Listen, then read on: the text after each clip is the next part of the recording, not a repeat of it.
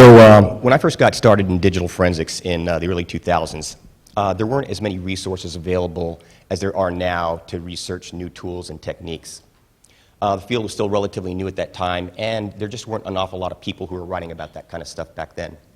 Nowadays, there's a wealth of information that forensicators can use to, there we go, to gain access to this wealth of information. But all this information, it can be somewhat overwhelming, so much to the point that it can create almost this information paralysis, where if you're trying to find out about a new tool or technique, you may have difficulties and you may have to try to think about the challenges, so much that it'll be like trying to decide which Pokemon you want to choose. The famous philosopher and martial artist Bruce Lee said that if you spend too much time thinking about a thing, you'll never get it done. And essentially what he was saying is that in order to achieve mastery of any type of endeavor, you have to focus on the big picture. You can't get locked into thinking about the individual tool or technique, because then what happens is you fail to see the big picture, and you get focused and wrapped around the axle about a tool or technique, and you then become unable to achieve your ultimate objective. A classic example of this philosophy in action is the series The A-Team.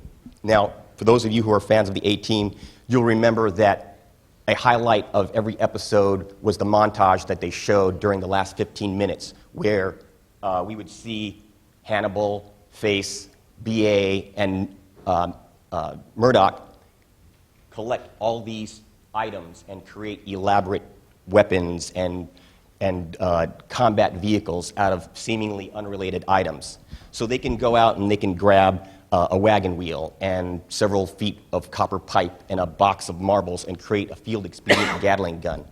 And they could do that because they were resourceful, but in addition to being resourceful, they had the ability to see beyond each of these individual items, and they could see that there was a greater purpose to these items, almost achieving a synergy of sorts in which they created something greater than the sum total of these individual parts. So we all know that there's tons of great tools and techniques that are out there. Some of them that are so awesome, they're literally the cat's pajamas. However, we can't get wrapped around the axle about these individual tools, and we have to think about what the larger objective is. And that larger objective is to think, again, the big picture. And so to illustrate that point, I'd like to talk about some tools and techniques that have been particularly useful for me during the course of an intrusion investigation. So one of the tools that I found pretty useful during the initial data collection stage was Corey Harrell's Volatile Data collection script.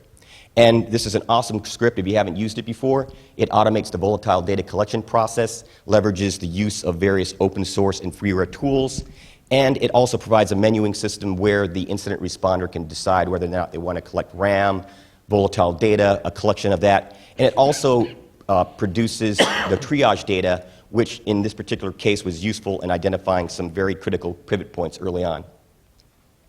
And then we got to the stage where, after we analyzed the volatile data, we identified several critical systems for forensic imaging. One of them was a legacy server running Windows 2000, which unfortunately we couldn't use our go-to live imaging tool, FTK Imager. So instead what we had to use was George Garner's forensic acquisition utility. And what this allowed us to do was to use this customized version of DD along with Netcat to collect the image across the network at faster speeds than we would have using the legacy USB port on this old system. And then we also identified several systems that were end-user desktops that there were more of these systems than we had write blockers.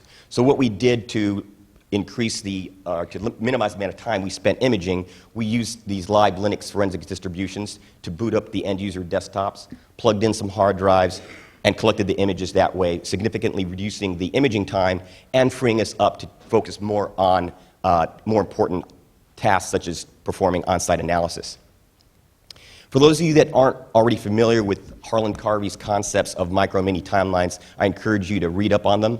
It's a very great concept. Basically, it says that you don't always need to create a super timeline that contains everything, including the kitchen sink. Sometimes you could get by and you can answer the questions that you need to have answered just by creating these mini timelines consisting of maybe the registry hives or event logs. And that's exactly what worked for us in this case.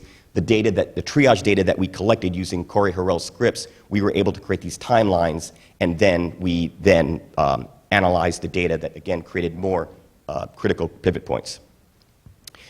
At a certain point, we identified malware and various ports that were being used as pivot points within the environment, and we used this cool trick on the Command Line Kung Fu website that created a network sentinel so we could monitor for certain port activity and help the customer identify whether or not containment was affected in their environment.